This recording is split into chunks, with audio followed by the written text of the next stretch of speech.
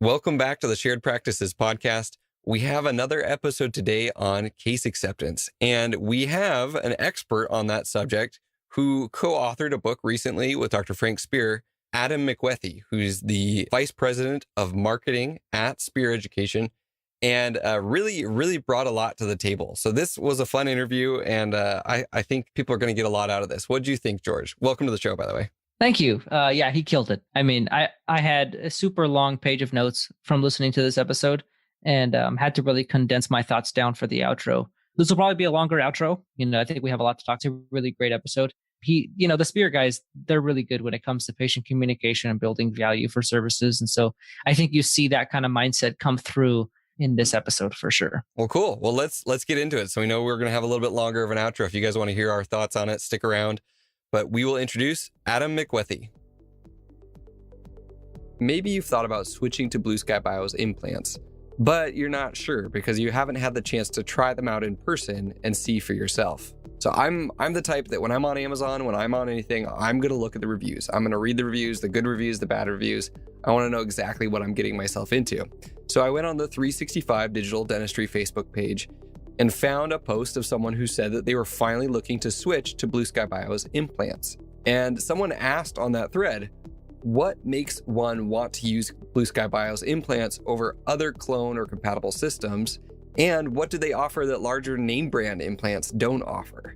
I loved the responses here. This was awesome. One of the first responses was, better implants, better people, cost savings. Another one said, easy ordering, cheaper, cross-compatibility, innovation in the DIY CAD guided realm. Wade Pilling said, in my opinion, better service, better pricing, better cutting-edge technology, better implant design, better platform design, and a model that is kinder to general dentists. And then Baron Grutter said, my reason for liking the Blue Sky Bio Max line over Nobel, number one was cost, $99 to $135 for the implant. Number two, 30% stronger platform design. He's never seen one of the Blue Sky Bio implants flower or split during placement, whereas some of the narrow platforms of other brands have done that in the past. Number three, universal platform with a much better inventory, so a lot better options. Number four, Dr. Sheldon and Albert, who are experienced clinicians who will help with nothing in return. So fantastic support at Blue Sky Bio. Number five, ease of ordering. And number six, no rep pressure. And he said, these reasons are not necessarily listed in order of importance, but in order of most significant difference. So you can see that these people who have been placing these implants, they love the cost, they love the convenience. In many cases, they believe they're actually a superior implant.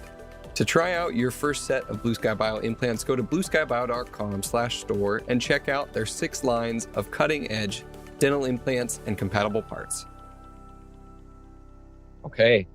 I have with me today Adam McWethy from Spear Education, and you are the head of marketing at Spear. Is that correct? I get your title correct? Yep.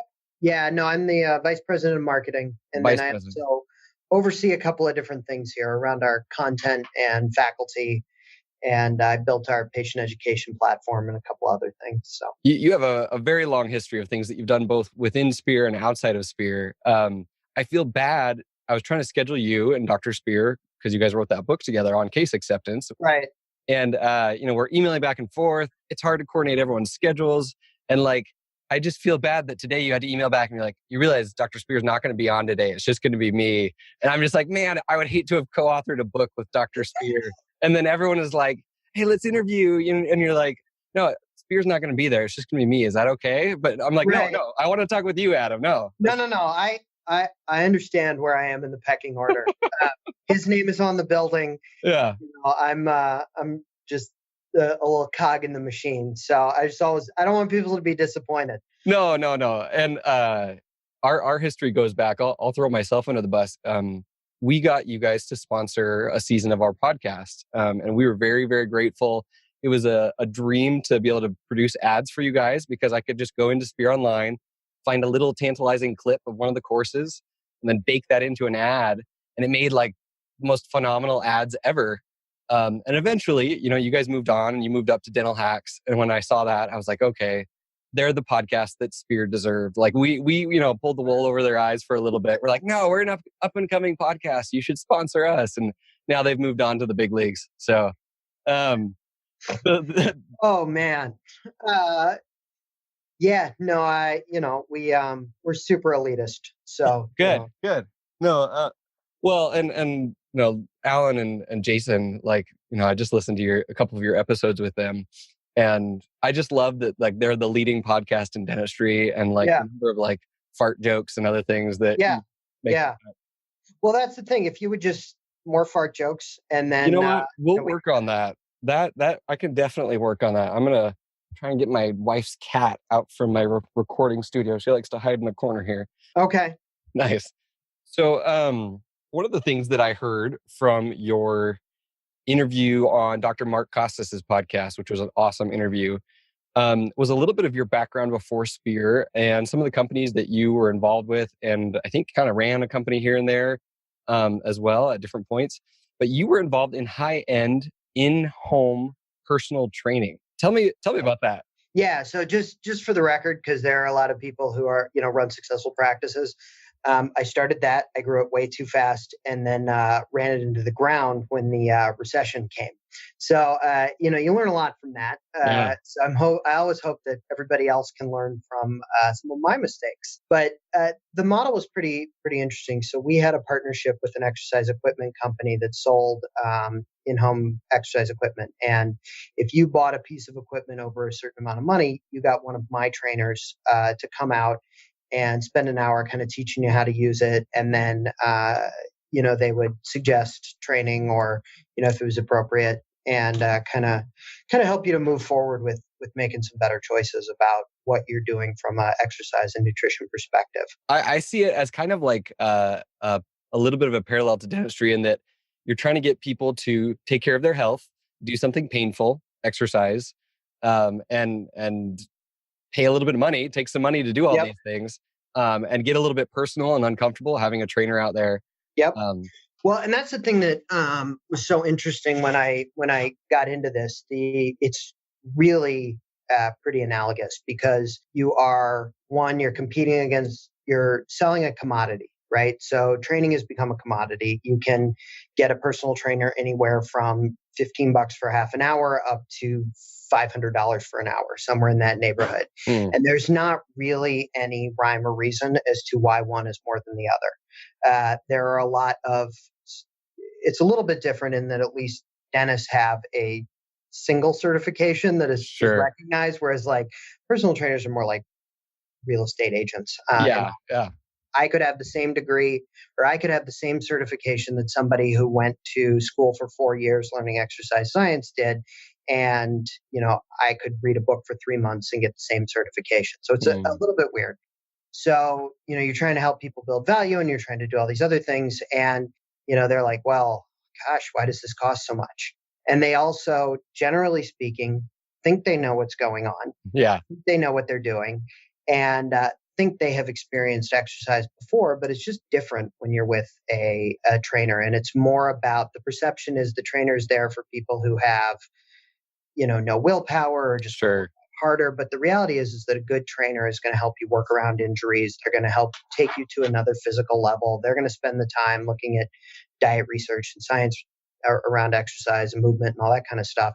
And so I think there's a lot of things that are very similar to dentistry, especially when you're talking about, people who are doing things over the insurance line and, really thinking about what can I do to, do more than my 2 hygiene appointments a year or my, single crown or kind of whatever it is. And how do you talk to people and understand how to kind of build value? So I think there's a lot of things that actually I totally was like, oh, I know this world. I just didn't know I knew it.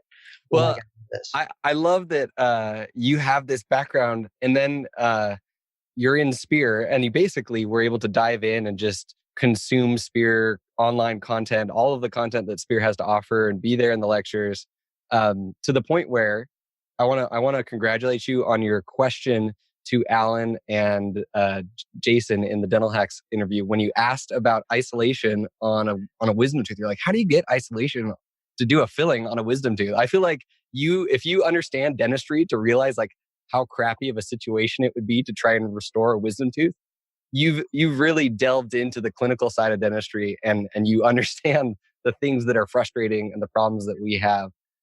So that was kind of cool. Like I realized, I was like, okay, Adam knows his dentistry from just like over the shoulder spear courses and all the online courses. I was very impressed. Well, one of my, I guess you can call it a blessing and a curse, is I am a little obsessive. And so whether it is, no matter kind of what industry is, I want to understand at, a real fundamental level. And so I want to be able to understand why, like, I don't think I can really help our clients, make sure we have the best content that's out there and make sure that we're speaking to them if I don't really understand what it is that they do day in, day out. Sure. And so I've spent a lot of time really, spending time with our clients, reading everything about the industry at large. Because I know one of the things that I hear a lot is, oh, well, you're spear doctors, so it's different in the outside world. And that was one of the first things I heard when I got involved in building our study club modules. And what I'm finding is that if you actually listen to what Dr. Spear says, he never says every case needs to be a full mouth case or every case needs to be this. What he talks about is that we need to understand, and by we, I mean everybody who's a dentist and not actually me. Right. But what you need to understand is, why are you doing what you're doing, so that you can make a choice when it is a single tooth versus a whole mouth case.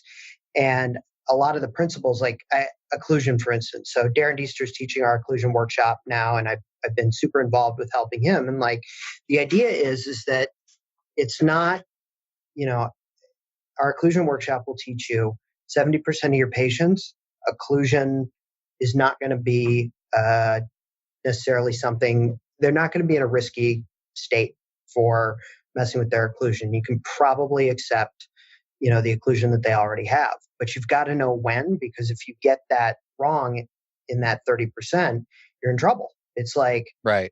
Even if it's a single tooth, right? Like if it's a single tooth and you're doing a crown on it, but it happens to be first point of contact, that's going to suck when they come back 100 different times because their bite is off. Yeah. And so those are the kind of things that I find really interesting. And I also find it really interesting because I'll hear a lot of our doctors talk about, well, I don't have those kind of patients. They're not in my practice. I don't have this. And then I will literally talk to a doctor with a practice 1.5 miles from theirs who does. Yeah. So, what that tells me is it's probably not actually the patient base. Well, and like there's people who set up to build their entire practice around this sort of comprehensive care. Mm-hmm. And those are people that are called prosthodontists. It's like that is right. That's their full plate, their full schedule. But Spear and your online education, your in-person courses, I love what you're saying, and that you're saying every practice has patients who need a little bit more complex care, that have complex needs, that maybe when you start to change things, it's a whole series of changes that if you're not sure what you're doing, you can get yourself in trouble. And so it's not a matter of, I don't have these kind of patients. Everyone has these kind of patients. Even if you're not setting up a practice full of these patients, you right. have these patients. And that's, I think, the misconception with our stuff. If you listen to what Frank says, he talks about this Spear pyramid. And what he talks about is the lifeblood of every practice is this, what we call proactive patients. So, and what we've seen from our practice solutions, so our consulting business, is these patients are 70% of a healthy practice patient base. So these are insurance driven for sure, but they're price conscious, but not cheap. So they will move forward prior to something falling apart or snapping or breaking, if you can present things to them correctly. And so what we've seen is that in successful practices, this is about 70% of your patient base. And if you're working 4 days a week and you have 1,700 active patients, that means you're seeing 4 to 5 of these a day. And so it's about what kind of experience are you creating for them. I think the other thing that's really important that was eye-opening to us when we started, so we have about 220 practices under management right now. And what we've seen is that, most of them came in and said, I need more patients, or I need different patients, or I need this. So what we found is that of all the practices we brought in, I think as of now, there's been 3 that actually needed more patients. The rest of them had a retention problem. So your patient retention, if you were measuring it, the way that we measure it is, do you have a forward-facing appointment in the next 18 months? What we have found is that most practices are between 45 to 60% retention. And when you get to 90% retention, your case acceptance actually goes up 10%. And so, if you are not measuring that, that would be my one major piece of advice for practices out there is measure your retention. Like, know, why aren't your patients scheduling? And you can do the simple math, like a single hygienist working 4 days a week can support basically 1,400 patients, right? And, at 2 times a year, and you do some averages, and so if you think you have 1,500, patients in your practice and your hygienist isn't full, then you have a retention issue. Yeah. It's very simple. And again, that's just a simple benchmark that people can use, because you really need to be focusing on that, because the more you get the proactive patients back in the practice, the more they're gonna, the more you're going to be able to present treatment, the more you're going to be able to show them things changing over time, and the more opportunities you're going to have to communicate with them effectively. That's awesome. So let me break that down again just to make sure I've got it all. And then, people are driving or mowing their lawn, which I literally was mowing the lawn. There's still like grass in my hair from listening to your interviews. So if you hit a 90% patient retention, meaning patients who have a forward-facing appointment in the next 18 months, then you guys have seen a 10% increase in case acceptance, just kind of like across the board. These are patients who are just like have bought into you and your practice, and they come back and you present treatment and they say yes more often. And I've seen that even my partner George on the podcast, he is a new grad who's in a new practice in the Phoenix Valley. And he realized that his case acceptance was way higher with their existing patients, even though he's the new doctor, even though he's a young guy, than it was with his new patients. And so he's been focusing on closing the back door and keeping those patients in because his numbers are way higher with them. So I love that. I love that. That's a fun metric to be able to track back to case acceptance and say, if I can get these patients and my retention higher, maybe I don't need new patients, and this will make it easier for me to do my case acceptance.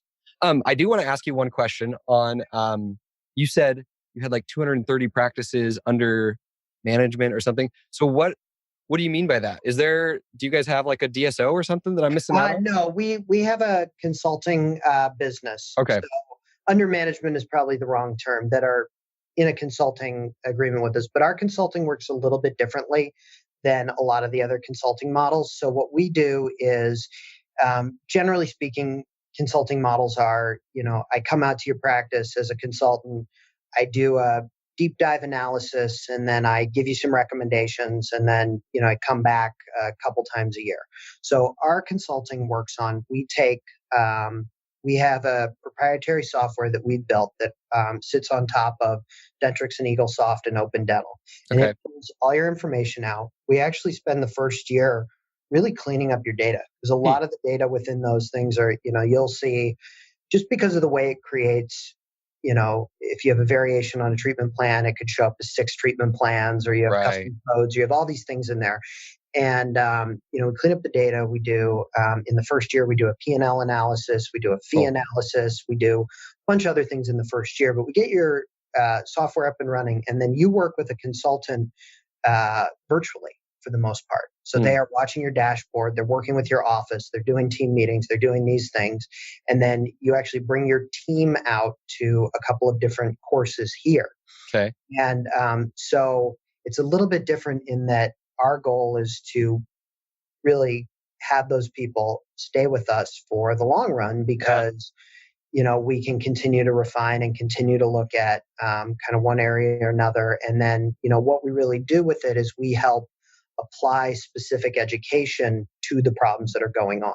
So if you have, we'll look at hygiene, we'll look at treatment planning. We'll look at different things and we'll produce a report card in the very beginning and we'll say, we're going to work on this one thing first. And, whatever it is that seems to will have the most impact for the practice. And it's also really based on what the practice's kind of goals are.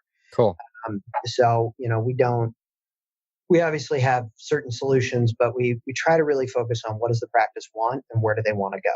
So awesome. What's neat is I'm able to, understand some of as we discover things within those practices, and look at the trends across there, then we can really refine our strategies and make sure that we're being as helpful as possible to our clients. I love that you guys now have a very large data set to kind of tweak with and experiment, see what's out there already and see, the impact of doing this, that, or the other. So that's really cool. How many different consultants are there within kind of your umbrella? Like, are they spear people out of Scottsdale type people or? Yeah, we, boy, I should know that number off the top of my head. I know there's a lot of them. Okay, cool. So, I don't remember exactly. Sure. I just walk through and there's new ones every day. That's awesome. That's really cool. Well, and with that many practices, it's like you got to keep scaling to be able to help that many people out. So let's go to this book then. Okay. So I'll throw myself under the bus here. You guys, one of my friends went to the Spear booth at Serona World. Yep. And he picked up a book. Shout out. Yeah, I talked to him for a while. Yeah. So, that's Mike Tong. That's a co-resident of mine. We spent 2 years of painful Army residency, learning together, and growing together. Really awesome guy. So he sent me that and I started reading it. It is the perfect size to sneak into Army trainings. So there's a lot of Army trainings that you have to go through in person and you're not allowed to be on your phone, not allowed to fall asleep. You have to be there and awake and they're completely not relevant to the dental chair. That's just boxes that have to be checked. And so that little book is I can fit it in one of my pockets and then I can just pull it out and kind of have it inconspicuously. So that's when I read it. And I've had a bunch of leave. I've been off work for some surgeries and some other things over the last month. So my little Spear case acceptance book is still at work. So I went to go find it today. I was like, I should go read some more of it and come with some notes. So now that I've thrown myself under the bus, let's talk about this book. Why did you guys decide to write a book on case acceptance? And what are some of the takeaways that people are going to get out of it if they delve into this book? So it came sort of through a series of different experiences. So the first big one is when we initially developed our patient education platform. So we sought out to create a platform that would be kind of different from anything else that was out there. And my team worked really closely with Frank and Greg and Bob and Gary and everybody to kind of create this. And one of the things that happened was we actually went out and hired a medical research firm to test all of our animations on actual patients, which is a novel concept. Yeah. And, you didn't just make a bunch of 3D animations of teeth and then throw it on an app and call it a patient education video. Yeah. So, and as far as I know, and I've spent a lot of time looking at a lot of other people, we're the only ones who have done that. Yeah. Is to spend the time and the money to, so it was everything from, survey responses to, I actually got to fly out and sit on the other side of the two-way glass, which was just fascinating to watch. And, we really looked and we really realized that, and we modeled it after what Frank has been teaching for years, which is this co-discovery model that, came out of Berkeley originally. And a lot of people do it. But what we realized is we formatted the patient education in the same way. Huh. And, it really was incredibly impactful. So what we saw was the way patients reacted when you focus on co-discovery, which is, I'm going to make you aware, right? And then of what's going on in your mouth, good, bad, or indifferent. I'm just going to show you what's there. I'm going to help you understand the consequences of inaction, right? So if you do nothing, this is what could happen. And then, you say, here's what's possible, if you want to do something without ever talking about treatment. So you can take a recurrent decay around an amalgam, right? So you can show the patient, you can say, you see all those dark lines around there, that's recurrent decay. And then you need to help them say, you've got it here, here, and here, along with this other thing that's going on. And you need to help them understand, like, this one is pretty bad because the amalgam's bigger and it's this other thing. And, if you want, we can restore that tooth to the point where it's going to function like that's not there anymore. And the patient can then start asking informed questions about, all right, well, what does that entail and what's the best route? Whereas what a lot of people will do is somebody will come in, they'll see 4 things in the mouth. They will guess, like, this one looks the worst. I think this is what they might say yes to. I'm going to only talk about that thing. And, I'm going to say, well, you can get composite, which will be this. When maybe composite could treat it, maybe a crown could treat it, maybe, I don't know. But, so what we try to do is to just really help people become aware, and then, they're involved in their own healthcare decisions. And I think that is a really different way in that, you may not hear yes to everything all at once.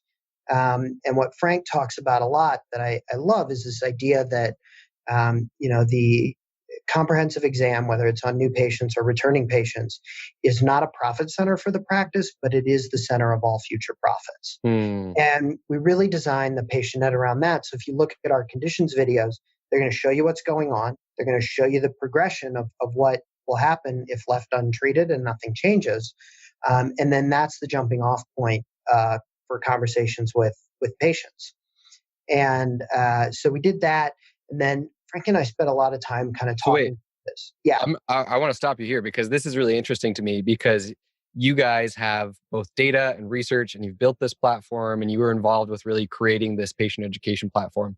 So before we get to the book, how have practices used these patient education videos to increase their case acceptance? Like, where have you seen this been effectively implemented, and what's like the right way and the wrong way? It's like, got it. Throw an iPad at a patient and just say, okay, here, learn about your teeth, versus, how do practices really get the most out of this if they wanted to sign up for this? Yeah. So, the way actually, so it's interesting. One of our earliest adopters was Dr. Matrani, who's one of our resident faculty, and he has 4 practices.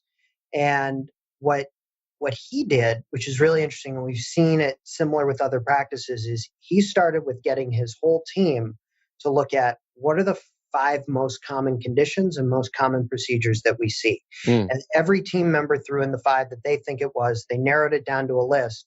And what Ricardo said is, he said, okay, on these patients, we are going to make sure every time we show them this animation that relates to this one specific thing. Okay. So where people get in trouble is, one, they show a couple of them and it's kind of clumsy or it's kind of weird, and they all over. Yeah. And they're inconsistent with it. And then they're like, oh, this doesn't work.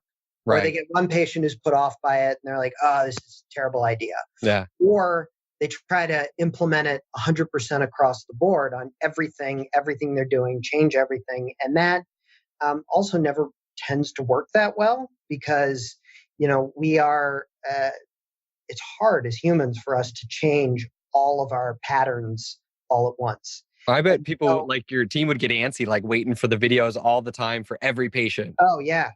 And, I think also the team has a hard time, if they got a negative experience or a negative this, or didn't know how to put it in there, it's hard. So if you just focus on a couple of things that you feel are most common, and, really use those to say, all right, this patient is in, again, I go back to that amalgam thing. If every time you see recurrent decay around an amalgam, take a quick intraoral picture and you say, here's what I see. You see this on your tooth, and then you just play the video.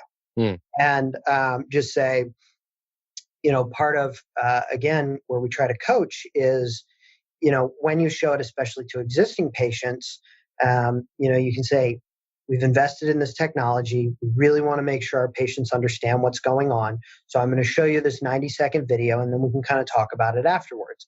So again, the patient is understanding why you did that. if you want to do that. I mean, the other thing that is really easy to do is to just only use it on new patients, right? Okay. They don't know any better. Sure. So they just think this is the way things have always been done. So that's also another great way to just, any kind of implementation is just only do it on new patients until you feel like you've got your rhythm and you're comfortable.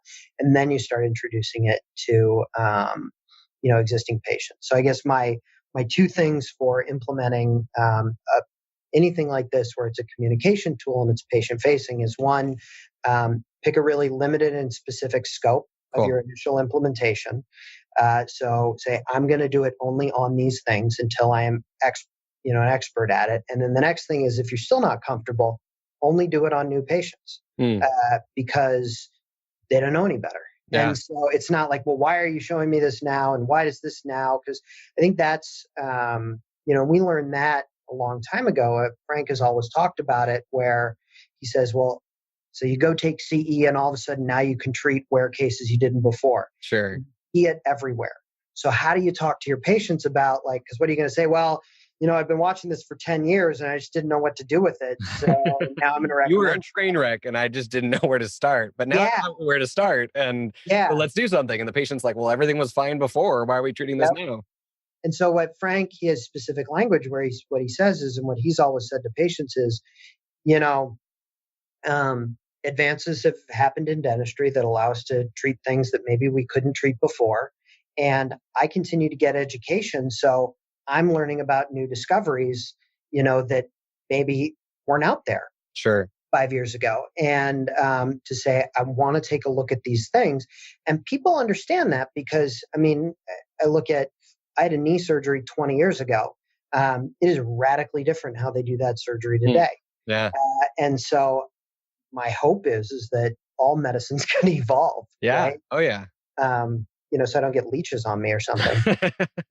Nice. Old school dentistry medicine. Yeah. So that's awesome. So great way if people want to implement that, whether, technology doesn't matter if you're showing it on the TV or an iPad or whatever, but start with a small subset of procedures and do it with new patients if you're still worried about it, and see how that fits into your practice. I love the idea that if you have this short list of if the hygienist sees this when they're doing their cleaning, in prep for the doctor, there's 3 or 4 things or 5 things that they know, if I see this in the mouth, we're going to show them the video. So when the doctor gets to the room, the patient is already starting to process this. Because sometimes you start talking about all of this. And even if you're a great communicator, patients get fixated on one little thing and then they don't listen to anything else you say. So hearing it from the video, hearing it from the hygienist, and then hearing it from the doctor, if you're all on the same page, you're all describing things the same way, then and they've seen it, say they're a visual learner versus auditory, they've got a different learning method there. That's a great way to enhance that understanding and ownership of their problem. Yep, totally. And the other part is that if you can get the team involved in picking those 5, then you'll see a lot more ownership of utilizing it with the patient. Cool. So that's the other part that's really important. Awesome.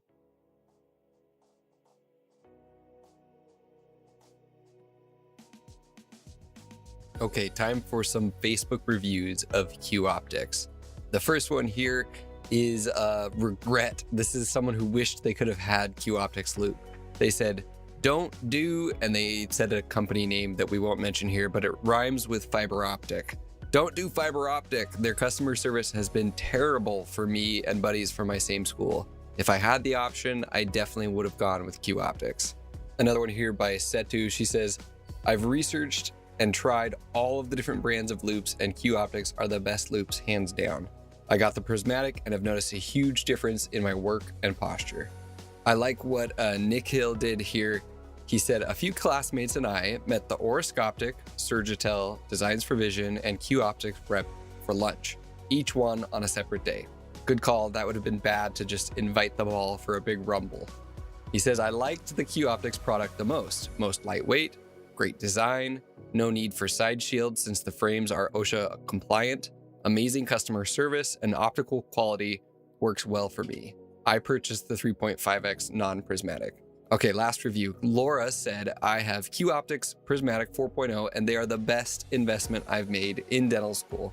This was a post on a dental student Facebook page. And so there's a lot of like, oh, my school didn't offer Q Optics. And then there's people saying, just buy them anyways. Like, this is 100% worth it. You're using these every single day. It's your neck, it's your back, it's the quality of your work. It's worth the investment no matter what, whether you're a dental student, whether you're a new dentist, whether you're an established dentist.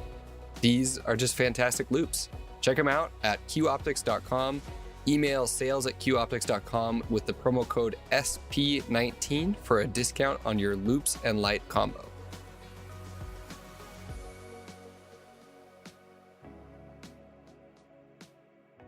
Okay, so I'm going to take one more side tangent before we go to the book in depth a little bit more. Sure. One of the things that you guys have on your online platform, and that you talked about on the Dentalpreneur episode that I was listening, was onboarding videos for your team. So if, say, for instance, you want to increase the case acceptance of your team members, the way that they talk about treatment and the way that they understand what you're doing and what you value, what do you guys have in terms of your online spear education that can help with that? And so it's interesting. So we first built out all of our team content before we built out PatientNet, because the core problem that we saw with our doctors trying to implement what we teach from a clinical perspective has always been, how do we get the team on board? And because it is almost impossible, other than something like a prep technique, to implement things within the dental office without team buy-in. Sure. So we have our most powerful tool is we have these facilitated team meetings. And what they will do is they will help run your team through 10 minutes of video content. We've got a discussion guide for you. We have questions that you ask. We have stuff the team thinks about throughout the week that they can work on and turn back to you. And so what that does, they're on everything from a variety of clinical topics to direct communication to a bunch of other things. So, it helps the whole team to be kind of on the same page with stuff. Because what I hear a lot from my doctors is in our focus groups and surveys is there's a lot of fear about what happens when they leave the room.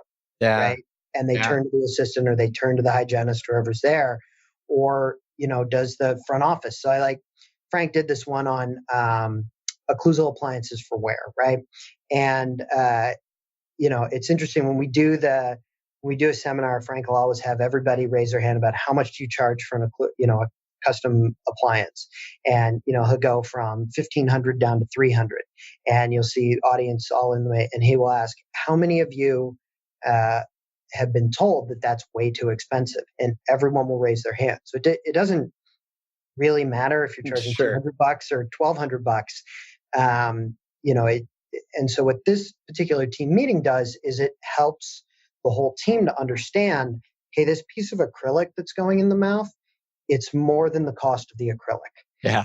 It is about the number of appointments, the adjust, and it helps them to understand the difference between, a boil-on mouth guard that you can get for bruxism at, Walmart or whatever, sure. and how, a rubber one's actually going to strengthen the masseter and make it worse and all these other things. Or, it may be that, you're looking at, I've seen now they have these, it's basically a boil-on anterior bite plane. Okay. That you can get, and it only covers the first 6 teeth, which is great unless you have a joint issue, right? Yeah.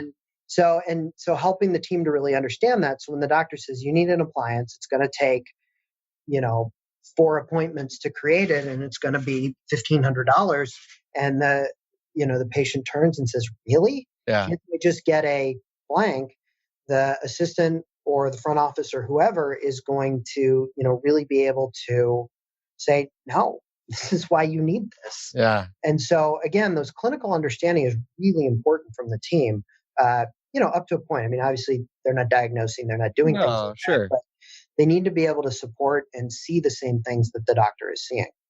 Absolutely. Okay, cool. So I just wanted to highlight some of these amazing resources that you guys have, because that was actually one of the surprising things when I was making ads for you guys, was that I was going through your online content and realizing there is so much on here for the team, and how useful this would be to have this high level, very well produced, understanding all of these problems and challenges that dentists have implementing these things in their office, to be able to take back and run these team meetings, make it really easy for you to do that instead of like, I have to come up with this team meeting from scratch. It's like pre-baked. You just got to add water, you know? Yeah. Fantastic resources there. So now let's get into the book. So now that I've derailed us on multiple side tangents, what are some takeaways that people can get from this book that's going to help with their case acceptance? I think I've read the first chapter, maybe two, and there was a quote I loved from Imtiaz Manji, and it basically came down to this idea that we have been burned by presenting treatment to patients, and it's a painful experience when they say no. And so when we've gone through this cycle of like, okay, let's try something new, present, and then you get burned, then that ability and that willingness to come back and continue to present treatment when it's painful to hear that no and to get that rejection, it's kind of this negative reinforcing cycle that kind of wears people down if they don't have good solutions for that. And so I just really rang true that like, we don't want to hear no, we don't want to face rejection. Unfortunately, if you're into sales or anything like that, then you're going to have some no's, and having the mental ability to deal with that is part of that. But you can also set things up for yourself so that it's not such a difficult no, and that it's not a no forever. Maybe it's a no for right now, or maybe it's a no for the patient situation right now. So that was one of my favorite quotes already. Let's go into what you think people can take away from the book. No, and I think that's super. Just to touch on that for a second, I mean, I really, really empathize with doctors. I remember when I was, running the training company, and I was training at the same time too, going into this couple's house, and they were, fused discs, and diabetic. To the point where one was going to lose a foot potentially, and significantly overweight, and going through some stuff with them, and being like, you guys really need someone to help you, or you're going to hurt yourself. And they were like, well, why am I going to deal with you when I can go down the street and get it for a third of the price? I'm like, I remember sitting in their house and just being like, oh my God, I can help you. And I can change your life, because I'd done it for other people. Yeah. And they're arguing with me in front of a 60-inch big screen TV with two Mercedes parked outside. Like, money was not their issue. It was about, I could not, no matter what I did, make them see value. And that is really frustrating. So I know for a lot of dentists out there, it's really frustrating when you can change somebody's life, or you can have a huge impact, or you can help them prevent stuff, and they're just like, nope, I'm good. And then move on. So I think it's more than just hearing no. It's also, it gets really frustrating after a while. And you're just like, why do I even try?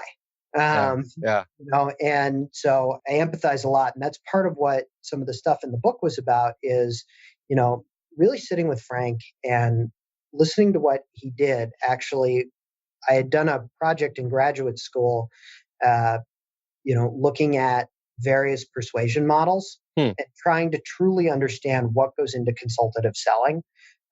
And looking at a lot of what, as I began to understand Frank's process, to say, the thing that Frank has been doing for 30 years is actually incredibly supported by social science research on persuasion. That's awesome. And so that's what a lot of the book is about taking what Frank has done and how he talks to patient, how he's this, and saying, you know what, this is, there's a belief that, oh, well, they just come to Frank because he's a prost, or, oh, he's so good at it, and to say, well, no, actually, there's a lot of science behind what he's doing. And to really kind of help people to understand, like, well, what does the research tell us about why this is working?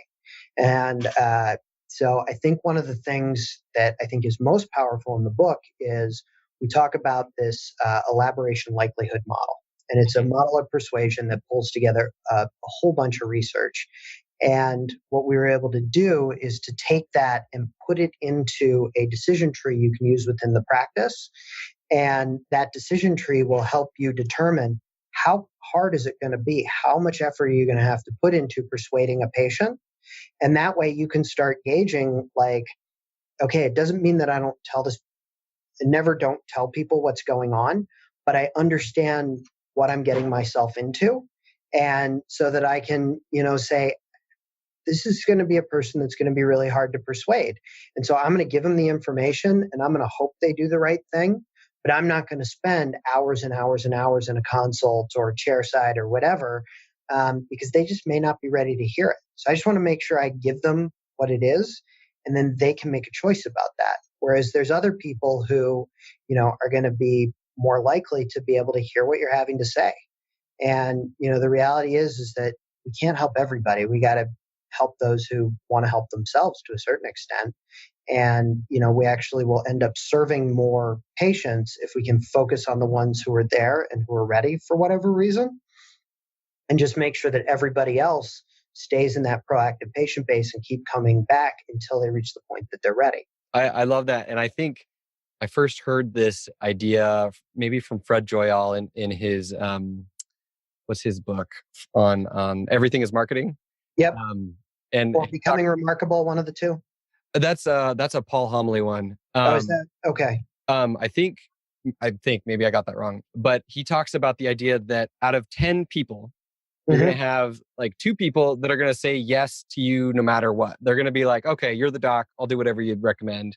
And then you've got 2 people who, no matter what you say and no matter how persuasive you are never going to accept treatment. And then you've got the remaining 6 that are kind of in between that maybe with the right, giving them the information, helping them own their problem, making options available to them so they can pay for it.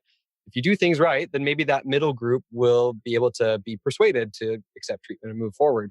But if you bang your head against the wall with the 2 that we're never going to accept, that can feel really awful. Like you're just like, what am I doing wrong? When it had nothing to do with you. Like it was them and it was their life. And so it seems like you're saying you need to have a decision matrix for when do we invest a little bit more time and effort into this patient versus giving this patient the information and allowing them to, move on. And if it happens, it happens. It doesn't, it doesn't. Am I getting that right? Yeah. Yeah. And I think that is, one of the things that can be really tricky is knowing who is it a good person for you to kind of invest that time in. And, the other thing is that the research also shows us that, as we go back to this co-discovery model, right, where Frank is not saying, here's what you need, and the patient is not involved in that. The patient just looks, sees the price, and then you start justifying backwards. Yeah. So it's really interesting that the elaboration likelihood model tells us is that if you do a clumsy case presentation at that moment, that actually has a lasting effect on if they're going to accept treatment in the future. So what the research says is that if I have a really clumsy persuasion attempt, I am actually going to cause what's called the boomerang effect, which means that I'm going to cement you into your beliefs even more strongly. So no pressure. If you already believe that all dentists are, you went to somewhere that was pushing unnecessary treatment. And again, this only works if you're helping people to see what they actually need. Sure. Right? And the thing is that what I like about this is if you look like at the statistics, it's not hard to find patients that actually need stuff. So yeah. Oh yeah. AAP says that 40% of the population has gum disease, right? So there's probably something else going on, right? Sure. We know that, 36 million people right now are fully edentulous in at least one arch. And, there's a lot of stuff. There's dentistry to be done. Yes. That we're leaving on the table. Right. And, but if you do it really clumsily or they've had that done before, you will actually cement that. And so they could keep coming back to your practice forever. And you're going to now have to overcome that negative impression. Whereas if you do it in the right way, you will change their belief system about what is necessary. And so while at that moment they may not be in a place that they can move forward with something or whatever, if you plant that seed correctly, then at some point down the road, they'll be more open to that in the future. Okay, cool. So if you botch it now, it's going to have lasting effects. If you can learn how to do it right, even if they don't say yes right now, your likelihood for now and down the road is increased. Is that essentially the way to sum that up? Yeah. And there are factors that are totally out of your control. Okay. So we talk about research there's decision-making research that shows you can only make a certain amount of rational decisions in a day, right? And so beginning a week, beginning a day, people are going to be able to make more logical, rational decisions. We also talk about, your sort of your emotional state and how present you are at the moment, like how many distractions and things are going on. Yeah.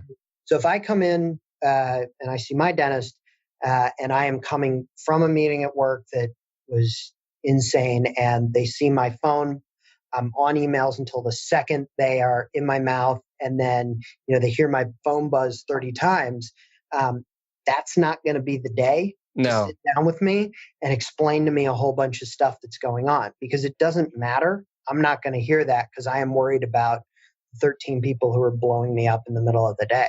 Okay. And so, understanding some of those factors as well, to where you say, hey, we saw some stuff. I'd like to get you back in here so we can talk a little bit more about them if you want, but it looks like you're super busy. And, just making sure that again, we don't ever withhold information, but it's about, is this the right time? And, because some of those things are just out of your control. So, how can people start applying these filters from like the first phone call in? How do you start to decide who are we going to do a big long exam on and really offer them comprehensive care versus who are we just going to address their current immediate present needs? What are some filters that you can put into place in a practice? Yep. So again, I go back to what we teach in our seminars, our workshops, and online, which is this concept of filtering, right? So we need to be able to tell the patients who we are and what we do so that they can make a choice. So it's not to say that nobody gets care, but I like it. Frank has this great example where he went in to see a dermatologist because he had this spot on his back or whatever. And, when he called up, he said, I got this spot on my back. And they said, okay, we can totally look at that spot on your back. We can also look at everything that's going on with you, give you a full report and tell you everything that's going on if you want that. And, Frank got to make a choice about what he wanted from them at that moment. And so within dentistry, if somebody calls up and says, I need to come in for an exam, you say, okay, great. I just want to let you know we have different patients who want different things. And so we can come in if you have a couple specific areas of concern, and, we can look at that and we can, just do that. That'll take about a half hour, and, we'll tell you what we can do for you or not or whatever. And then you have this other thing that says, but some of our patients, what they want is they want to take an hour and a half and really understand what's going on with them. So it'll be a full muscle exam. It'll be a full set of pictures. It'll be this. And then we'll sit down and we will say, here's everything that's going on so you can make a choice. And now the patient can say, yeah, I want that, or no, I don't. And, it really helps in that beginning, that introduction, to just give them the option, because you don't know. Like I am a great example because I will oscillate between the two depending on what's going on with my life. Sure. Whether I want Minute Clinic or Mayo. If I haven't slept in a few days and my kid's been running crazy and work has been nuts, I'm just going to tell you, I just need to be in and out. You need to fix this thing that hurts. Nice. Right. Yeah. But if I'm in one of my phases where I'm like, I'm going to take better care of myself and I'm going to get a physical and I'm going to do this, then I will totally be like, yep, 2 hours, got to do this. It's the most important thing that's ever happened. Yeah. And so it kind of depends on, if I was coming into your office, you'd need to ask me the question, because if you brought me in when I'm like, oh my God, I need to just get this done because my life is overwhelming. And you sat me down for a 2-hour exam that I didn't understand what was going on. I'd be super annoyed. Yeah. And, that might be a bad Yelp review. Just, like you're trying to help the patient out, and now they're like, this guy took forever and he's like massaging my face and all these different things. So that would be a great way to start introducing more comprehensive care, if you're filtering right up front, even in that initial phone call, the patients who self-select for more comprehensive care that just want to know what's going on in their mouth, your case acceptance is going to be way higher with those patients. You're going to waste less time. And all the patients who really just care about, getting done what they need to get done because they're in that crazy time in their life when they can't really afford to have extra time and spend all the time at the dentist to get all this done. Your case acceptance is going to go up for both sides because you're going to be addressing the needs that they care about at that moment.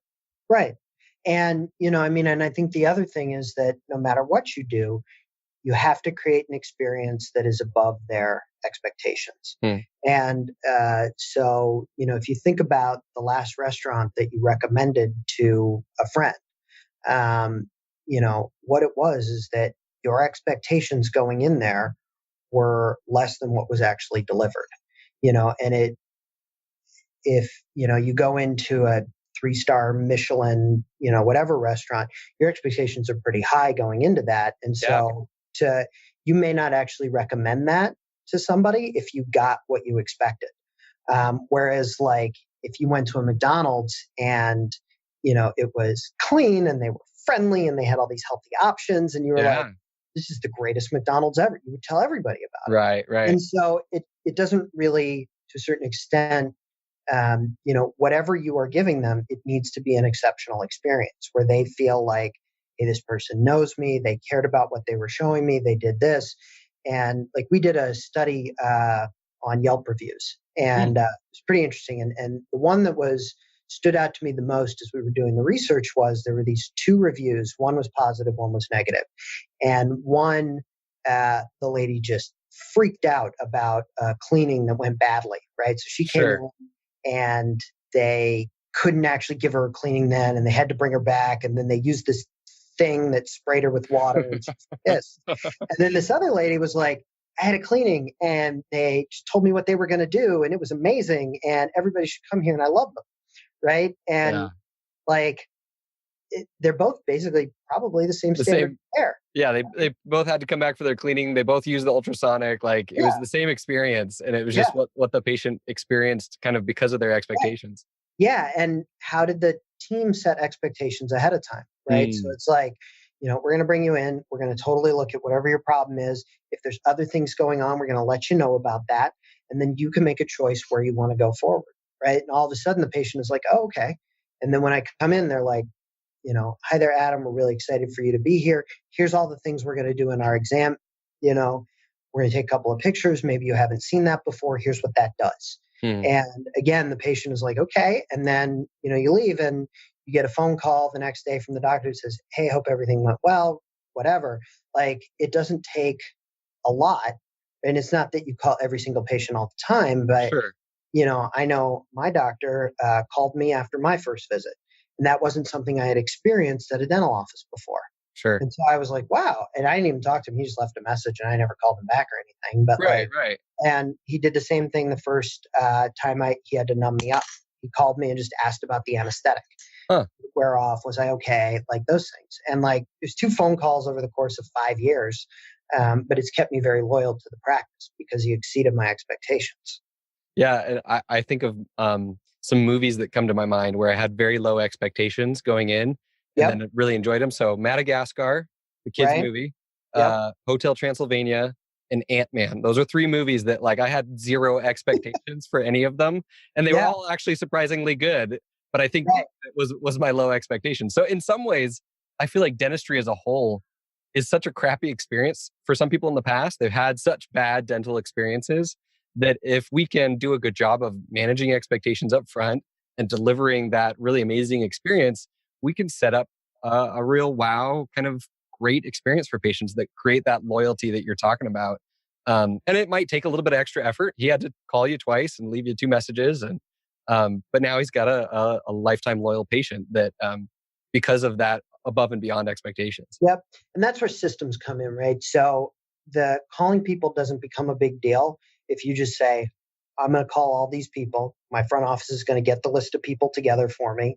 And twice a week, I'm going to spend 45 minutes making these phone calls. Calling them out. Yeah. Yeah. And so now it's not like, oh, I got to remember to do it here. And it's this extensive thing. It's just what I do every week. Sure. The owner of the exercise equipment company that I used to work for, and he owned this for, at least a decade or more before he sold it. And every day he hand wrote 3 thank you cards to customers from that day. And so on Mondays he did, over the weekend, and it was incredible. We got people who wrote back, people who posted online, and all he did was he wrote basically the same thing on each one, but it was handwritten. It had his business card in it. Yeah. And he had the front desk. When he got in the morning, they had to have 3 invoices from the day before on his desk, and he wrote those 3 cards. And, so you multiply that 3 cards a day times 10 years, and there are thousands of people that had received handwritten notes from the CEO. And again, it took him 15 minutes, but it creates an experience. It doesn't have to be for everybody, but it's just for those 3 customers. Sure. And that has a huge effect, going forward. Well, that's awesome. Well, we're kind of bumping up against the time, but this has been really good. It's been both a good view of how people can implement the tools that Spear has to improve their case acceptance, and then how they can start to set up these systems and filters, managing patient expectations, and how all of that together is going to increase not only the case acceptance, but also your fatigue doing this as a provider. If you're having to kind of battle negative expectations, or maybe they expected one thing and you're presenting or talking about another, and there's that conflict or that frustration on the patient side, that's exhausting. That's the bad days, the frustrating days, and then that gets you burned out and gets you not doing the things that you should be doing because you're sick of kind of having those mismatched expectations. So any last pieces of advice other than going out and getting your book and signing up for Spear Online and coming to your course? I mean, I would honestly I would check out our website, look at Spear Online. It's got all of this. There's a free digital copy of the book with it. Cool. Sign up. But it's also, we now have a native tablet app for our patient ed. You can draw stuff on, you can text things to patients. So I think if anybody's looking to get into it, I would sign up for Spear Online. I would run a team meeting and I would implement patient ed. And then if you're like, hey, I also want to get better clinically, I mean, that's there too. We're always known for that. Yeah. But I think if you're looking for a pure ROI, implementing those 2 things will get it for you. That's fantastic. Do you guys have any plans of doing an audiobook version of your book? I haven't thought about that, but yeah, that'd be great. Because for me, if you guys had, we have lead magnets. We offer things to our listeners that are just, sign up for our email list. Here's this thing you can download. I'll read that book for you. I'll make the audiobook for you if you need someone. Okay. Because I'm lazy. I try and fight the millennial stereotyping, and I think that's right. Something we should avoid in general. But I fall into the stereotype now of I can't read physical books anymore. It's if it's not on audio or at least Kindle, you guys have the ebook, which is awesome. Then I just have the hardest time getting through it. So I am going to get through this book. I will read it. Okay. Even if it takes me reading it out loud to produce an audiobook for you guys, I will read this whole book because it's fantastic content. So we'll have links in there for our audience so they can listen to, or they can download this book and they can see everything you have to offer. Thank you for being on the show. Awesome. Well, thanks for having me. I really appreciate it. Cool. Awesome. We will talk with you next time. Adam McWethy. Okay. George, that was jam-packed. We hit a lot of topics. And do you want to buy any high-end exercise equipment? Because if so, we can do some in-home training in association with that. Let's talk about the episode, Richard. Oh, dang it. Okay. So what were your main takeaways? I really liked how they implemented the Spear tools. So when I got to make ads for Spear, I got to dive into a lot of their courses, and there's stuff within the courses on training your team, but then there's also their platform for educating patients. And I feel like all of these things, it's it's a nice tool, but how do we actually implement it? So the fact that they could turn around and say, let's choose the 5 most common things that we do procedure-wise, and let's make that even if you're not doing their patient education, that's a great idea just for improving case acceptance. Let's take our 5 most common procedures and tweak how we talk about those. Let's role play those and as a team come up with a better way to present those treatments and to resolve concerns and make sure we're not introducing anything that's going to cause patients to say no. Yeah, I agree. And I think having the team involved in the picking of the 5 things, that was a very keen thing that he added to that. Yeah, I agree. It made me want to go back and talk to my hygienist about what the 5 most common things we do, so that you can really iron out and refine your presentation of those 5 things, because the 80-20 rule says that that's going to be 80% of your, diagnosis is on those 5 things. What did you like? There's a lot in there. So I think just a cool thing that he said, I don't know, catchy phrase that stuck with me, is that it's not a profit center, comprehensive care, but it's a center for all future profits. I thought that was pretty cool. And it made me think about kind of like that homily concept, where you have like these big cases that you kind of in your practice that are brewing, and, you got to lay those eggs and then eventually they'll hatch, so to speak. I thought that was a nice way of kind of bringing that concept back in this episode. But I think one of the main things that I wanted to talk about was the process of co-discovery. So in my episode, we had talked about co-diagnosis, and you had a different definition than me. And I feel like the process of co-discovery was kind of what you were talking about. And maybe I was the one getting my term wrong. Maybe I was the one who this is what I've been thinking about, is this co-discovery process the whole time. Yeah. So let's talk about that. Like, what does that really mean to you based on what we heard in the episode? So it's that ownership of the problem first before getting to the solution.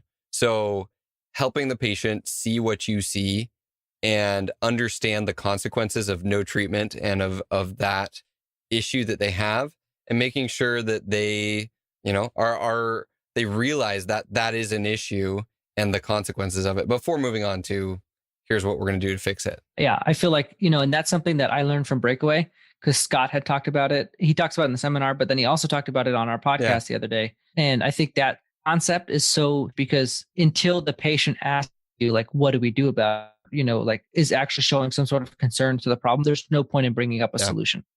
And so I think that, that process of code is kind of a great term to characterize that whole concept of really focusing on the problem and really emphasizing the problem until you and the patient agree on the problem. You've co-discovered the problem, and now you can recommend a solution. And there's a lot of different ways to do it. Some people are going to recommend DSLRs, or if you're going to be, taking those full set of photos, or like Alan Mead, he's got a microscope hooked up in his exam rooms with a big screen TV above, so that the patients literally are seeing under the scope the exact same things that he's seeing as he's doing the exam. And that's not for everyone. You don't need, that's like overkill. And he'll fully admit it. But the case acceptance went up when he moved his scopes from his treatment rooms to his exam rooms. And so whatever process you can build into your office is going to help with that co-discovery. But you got to find what works for you. So let's see, what else was there in that episode? Oh, the one thing. So I'm coming up on my 6-month recalls. Like next month, I'll be seeing those same patients again that I saw initially. And one thing I've been a little worried about is, I think my eyes have grown so much in the last 6 months. My recommendations have changed. And, what if I see the same patient again that I had recommended something and now I feel something different? And they had this great line in the episode that I wrote down for when you learn CE or something and you're like implementing on your recall patients, but they had I had the same issue 6 months ago and you didn't recommend anything. And they said the line was, there have been advances that have happened where we can treat things that we could not treat before. And then really talking about how you're always learning and taking additional education. And that's why, this is something new that you're recommending as opposed to something you didn't. So I think it's cool to have a dialogue or a way of saying that this problem was there before. Last time I didn't recommend treatment, but now I am. And here's my reason why. And it just kind of makes sense. So I thought that was a great pearl from this episode that I know I'm going to be taking with me as I see my 6-month recalls again. Yeah, absolutely. To be able to bring up that hey, I saw this, I saw you before, I saw this in your mouth. I didn't bring it up then, I'm bringing it up now. And having a way to talk about that is a great point. Yeah. I also thought it was interesting that if you reinforce the patient's stereotypes of or worries or concerns about dentistry by botching the case acceptance, you've now made it harder for yourself from that point on in your practice, versus if you exceed their expectations and really have a good experience, even if they don't say yes right now, down the line, they're going to be more likely to say yes. And so I just thought that was interesting that and it rings true. If you are now that dentist who they feel like you're overselling them and they just feel like you don't care about them, then of course, for the whole remainder of your time that they're in your office, they're not going to want to accept treatment from you. Yeah, no, I totally agree. There are definitely those patients out there for me, and I think for everyone else. And I look forward to seeing them again. Yeah. But it's funny. We'll see how it goes. I'm excited. I'm excited for the 6-month recalls. Totally. Well, cool. Well, you'll have to let us know how it goes, and I let me know how that line works, and if you have your own adaptation on it after trying it out a few times. But this has been another fantastic episode of the Shared Practices podcast. We'll talk with you guys next week.